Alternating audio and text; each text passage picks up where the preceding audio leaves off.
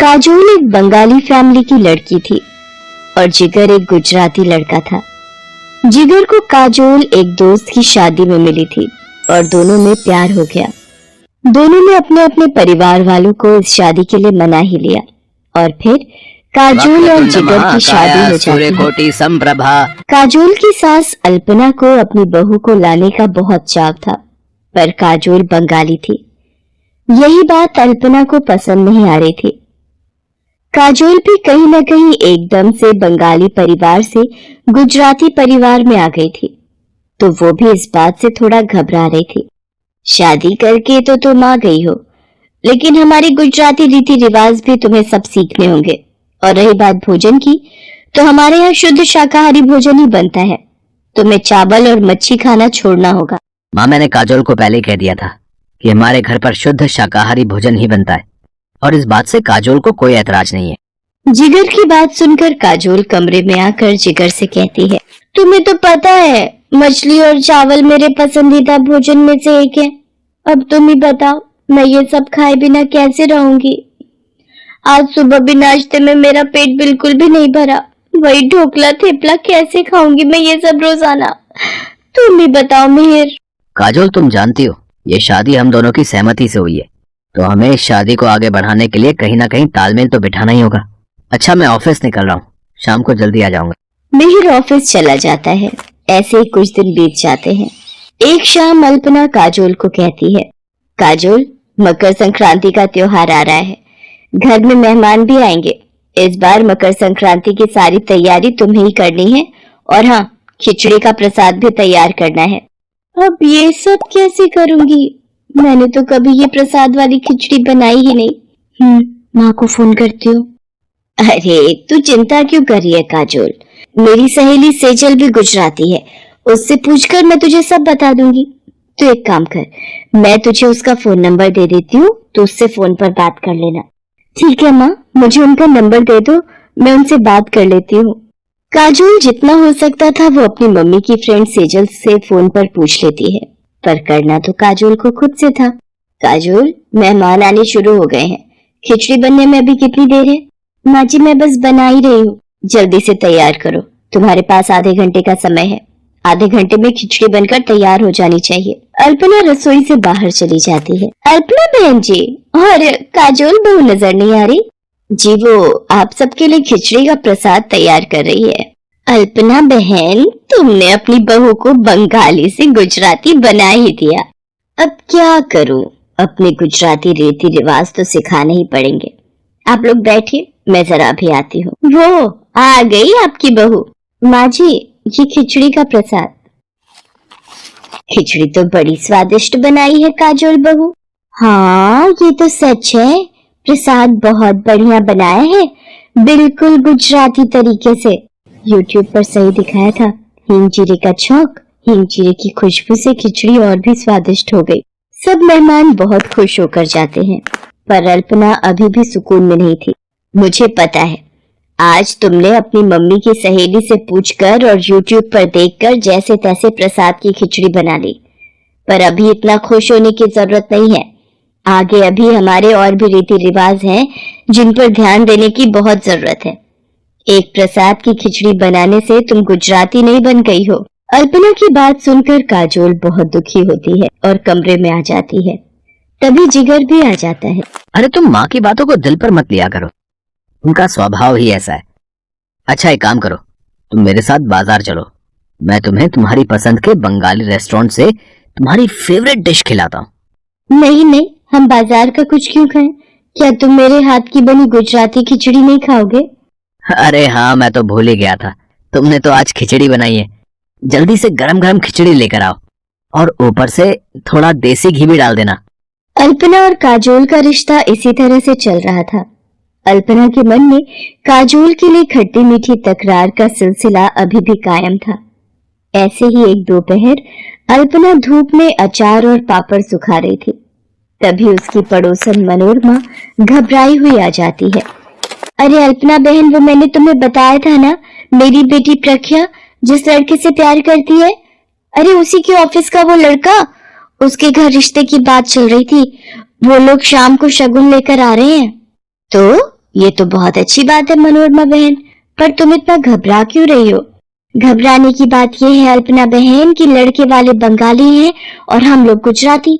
लड़के ने फोन पर बताया है कि उसके दादा दादी भी साथ में आ रहे हैं और वो लोग बंगाली खाना ही खाते हैं। और लड़के ने कुछ पसंद की चीजें भी बताई हैं जो परिवार के लोगों के लिए बनानी है। कुछ समझ नहीं आ रहा बंगाली खाना कैसे बनाऊंगी, और प्रख्या को भी बंगाली साड़ी ही पहनकर तैयार होना है। अगर आप कहें तो मैं आपकी कुछ मदद करूं आंटी जी? देख नहीं रही हो मनोरमा बहन बड़ी परेशान है, तुम क्या भला मदद करोगी इनकी? अरे हाँ अल्पना बहन, तुम्हारी बहू भी तो बंगाली है। काजोल बहू, फिर तो बंगाली रीति रिवाज बहुत अच्छे ढंग से हो जाएंगे ना, कोई कमी तो नहीं रहेगी। आंटी जी आप प्रख्या की सगाई की जिम्मेदारी मेरे ऊपर छोड़ दो, मैं सब कुछ संभाल लूंगी। काजोल जो बंगाली साड़ी अपने दहेज में लाई थी वही प्रख्या को पहनाकर तैयार करती है। लड़के वाले प्रख्या को बंगाली तरीके से तैयार देख बहुत खुश होते हैं। तरह तरह के बंगाली व्यंजन जब मनोरमा परोसती है तो सब बहुत वाहवाही करते हैं। मनोरमा लड़के वालों को काजोल और अल्पना से मिलवाती है। प्रख्या की सगाई का फंक्शन बहुत अच्छे से निपट जाता है। लड़के वालों के जाने के बाद मनोरमा काजोल से कहती है, काजोल बहू, आज तुमने सचमुच मेरी बहुत सहायता की है। थैंक यू बेटा। आंटी जी इसमें थैंक यू की क्या बात है, प्रख्या मेरी बहन जैसी है। अल्पना तुम्हारी बहू सचमुच गुणों की खान है, तुम्हें अपनी बहू पर गर्व होना चाहिए। काजोल जैसी संस्कारी बहू जिस घर में भी जाती है उस घर को स्वर्ग बना देती है। शायद तुम ठीक कह रही हो मनोरमा, मैं काजोल के रूप में कोहिनूर हीरा पहचान ही नहीं पाई। काजोल, आज तुमने सचमुच मेरा सिर गर्व से ऊंचा कर दिया। अल्पना काजोल को गले से लगा लेती है और उस दिन के बाद काजोल और अल्पना के बीच कभी कोई मतभेद नहीं होता। ये देखकर जिगर भी बहुत खुश था।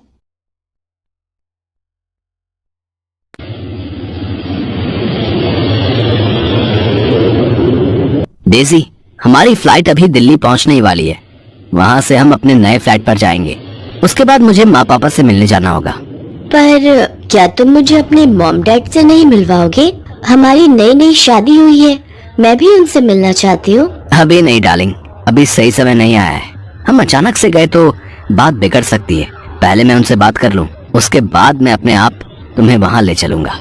रवि लंदन में नौकरी करता था, अब वो वापस इंडिया लौट रहा था। डेजी एक विदेशी लड़की है, वो भी रवि के साथ ही जॉब करती थी और उन दोनों में प्यार हो गया। रवि और डेजी ने शादी कर ली। रवि डेजी को लेकर अपने नए फ्लैट पहुंचता है। डेजी, तुम हाथ मुंह धोकर फ्रेश हो जाओ, मैं माँ पापा से मिलकर थोड़ी देर में आ जाऊंगा और खाना भी घर से ही पैक करवा लूंगा। रवि डेजी को फ्लैट में छोड़कर अपने घर पहुंचता है। उसे सामने देखकर उसके माता पिता बहुत खुश होते हैं, पर कोई और भी खुश था जो दरवाजे की ओट से रवि को देख रहा था, और वो थी रवि की पहली पत्नी शोभा। शोभा एक सीधी सादी लड़की थी। रवि 3 साल पहले जब लंदन गया तो जाने से पहले ही उसकी शादी शोभा से करा दी गई थी, पर रवि शोभा को बिल्कुल भी पसंद नहीं करता था। इसका कारण यही था कि शोभा गांव की लड़की थी। अच्छा हुआ तू वापस आ गया, अब शोभा के साथ आराम से रहना।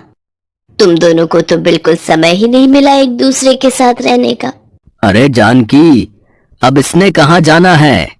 अब तो इसने अपनी पत्नी और होने वाले बाल बच्चों की जिम्मेदारी ही संभालनी है। माँ जी, मैंने इनके लिए खीर बनाई थी, मैं ले आऊं? हाँ हाँ बहू, इसमें पूछने वाली कौन सी बात है। विदेश में तो वैसे भी इसे खीर खाने को नहीं मिलती होगी। तुम दोनों आराम से बैठकर खाना खाओ, और बहू हमारा खाना हमारे कमरे में ही दे देना। चलो जी, इतने दिनों बाद बेटा आया है, दोनों को एक साथ बैठकर बात करने दो। मौका अच्छा है, शोभा से खाना पैक करवा लेता हूँ। ये लोग खीर खाकर बताओ कैसी बनी है। शोभा, खीर तो बहुत लाजवाब बनी है। वो मेरा एक दोस्त मुझसे मिलना चाहता है, क्या तुम उसके लिए भी थोड़ा खाना और खीर पैक कर दोगी? उससे बहुत समय बाद मिल रहा हूँ, तो तुम्हारे हाथ का खाना भी खिला दूंगा। अच्छा, आपको खीर इतनी पसंद आई? ठीक है, मैं खाना पैक कर देती हूँ। शोभा बेचारी रवि को डिब्बा भरकर खाना और खीर पैक करके दे देती है। वो तो यही सोच रही थी कि रवि को उसके हाथ का खाना पसंद आया है और वो अपने दोस्त के लिए लेकर जा रहा है, पर रवि तो ये खाना डेजी के लिए लेकर गया था। ऐसे ही कुछ दिनों तक रवि शोभा और घर वालों को बेवकूफ बनाकर डेजी के साथ रहता था। करवा चौथ का व्रत आने वाला था और शोभा इस व्रत को लेकर बहुत खुश थी, क्योंकि शादी के बाद पहली बार रवि उसके साथ था। नहीं तो 3 साल तक वो रवि के बिना ही व्रत रख रही थी। शोभा करवा चौथ के व्रत की तैयारियां कर रही थी।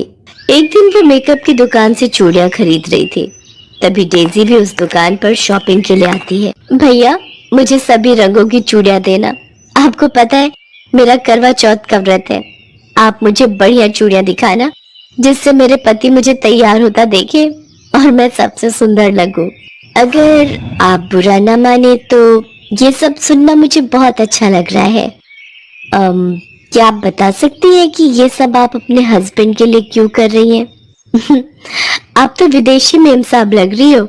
आपको करवा चौथ के व्रत के बारे में नहीं पता? ये व्रत हर सुहागिन अपने पति की लंबी उम्र के लिए रखती है। आपकी शादी हो गई? जी, मेरी कुछ ही महीने पहले शादी हुई है। मैं भी इस व्रत को रखना चाहती हूँ। क्या आप मुझे इसके बारे में बताएंगी? मैं यहाँ पर किसी को भी नहीं जानती हूँ। अगर आप मेरी इतनी हेल्प कर दें। ऐसे ही बातें करते हुए शोभा और डेजी अच्छी दोस्त बन गई। शोभा डेजी को करवा चौथ के व्रत की सारी तैयारी करवाती है, पूरी शॉपिंग करवाती है। डेजी को शोभा का स्वभाव बहुत अच्छा लगता है। वो उसे अपना मोबाइल नंबर दे देती है और फोन पर बात करने के लिए कहती है। अगले दिन करवा चौथ का व्रत था। इधर शोभा भी तैयार हुई थी और उधर डेजी भी शोभा से फोन पर बात करके तैयार हो जाती है। डेजी, ये सब क्या है? तुमने आज लाल रंग की साड़ी पहन रखी है। बिल्कुल इंडियन स्टाइल में तुम तैयार हुई हो। वैसे आज ये सब क्यों? रवि शाम को आने का वादा कर लेता है, पर उधर उसे शोभा का भी व्रत खुलवाना था। रवि, आज तू कहीं नहीं जाएगा। आज बहू ने व्रत रखा है। जैसे तुम्हारे पिताजी मेरा व्रत खुलवाएंगे, वैसे ही तुम्हें भी बहू का व्रत खुलवाना है, समझे? पर माँ, मुझे शाम को ऑफिस का काम है। अच्छा ठीक है, पर मैं ज्यादा देर तक नहीं रुकूंगा। मुझे किसी जरूरी काम से बाहर जाना है। शाम को रवि जल्दी जल्दी शोभा का व्रत खुलवाता है और डेजी के पास पहुंचता है। डेजी उसका इंतजार कर रही थी। शोभा को वीडियो कॉलिंग कर लेती हूँ। डेजी शोभा को वीडियो कॉलिंग करती है। हाय शोभा, कैसी हो? मैंने तुम्हें ऐसे ही फोन किया है कि मुझे तुम वीडियो कॉल पर ही समझा देना कि मुझे कैसे अपने हस्बैंड की पूजा करनी है, ठीक है? मैं वीडियो पर आती हूँ। रवि डार्लिंग, इधर तो आना। क्या बात है, तुम पूजा छोड़कर वीडियो कॉल पर किससे बात कर रही हो? आओ रवि, ये देखो मेरी सहेली शोभा। आप डेजी के पति? और फिर न चाहते हुए भी सारी सच्चाई सबके सामने आ जाती है। तुझे शर्म नहीं आई? एक पत्नी के होते हुए तूने इस विदेशी लड़की से ब्याह कर लिया। अरे शोभा, में क्या कमी थी जो तू इस विदेशी से शादी करके इसे साथ ले आया? मैं क्या करता? आप लोगों ने जबरदस्ती मेरी शादी एक ऐसी लड़की से करवा दी जो पढ़ी लिखी भी नहीं थी और जिसे शहर के कोई तौर तरीके नहीं आते थे। माँ, पिताजी, मैं डेजी से प्यार करता हूँ। वो मेरी पत्नी है। मैं ये घर हमेशा के लिए छोड़कर जा रहा हूँ। आप रखो अपनी बहू को अपने पास। क्या हुआ डेजी? चलो, तुम रुक क्यों गई? नहीं रवि, तुम शोभा को इतनी बड़ी सजा नहीं दोगे। ये तुमसे सच्चा प्यार करती है जैसे मैं तुमसे करती हूँ। शोभा की कोई गलती नहीं है। वो तुम्हारी पहली पत्नी है और मैं शोभा को छोड़कर कहीं नहीं जाऊंगी। डेजी का